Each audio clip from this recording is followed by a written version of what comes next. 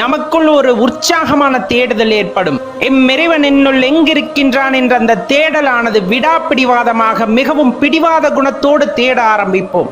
அந்த தேடுதல் என்பது உங்களுக்குள் தொடங்கிவிட்டால் இறைவன் உங்களை ஆட்கொண்டு விட்டார் என்பதுதான் அர்த்தம். அதன் பின் நமது வாழ்க்கையை தலைகீழாக மாறும். அதைத்தான் நாம் காண வேண்டும். சாதாரணமாக நாம் கூறுகின்ற நல்லவன் கெட்டவன் என்பதோ, உண்மை பொய் என்பதோ, நன்மை தீமை என்பதோ எதுவும் இல்லை என்பது சிவனை உணர்ந்தவர்களால் மட்டுமே தெரிந்து கொள்ள முடியும். உலகத்தில் இருக்கின்ற எல்லா உயிரினங்களும், எல்லா உயிர்களும், எல்லாவும் இறைவனாக இருக்கின்ற பட்சத்தில் நாம் பார்க்கின்ற பார்வை நேராக இருக்கும் பொழுது அனைவரும் தன்னுள் இருக்கும் சிவத்தை உணரும் போது இந்த உலகம் சுபிக்ஷமடையும் அப்படிங்கிறதுல எந்த மாற்று கருத்தும் யாராலும் சொல்ல முடியாது. உண்மையாக சிவபெருமானை நேசித்தால் கண்டிப்பாக இந்த உலகத்தில் இருக்கும் ஜீவன்கள் அனைவரையும் நேசிப்போம். நாம் இந்த உலகை நேசிப்போம், இந்த பிரபஞ்சத்தை நேசிப்போம், அதனினும் மேலான பரம்பொருளை நேசிப்போம்.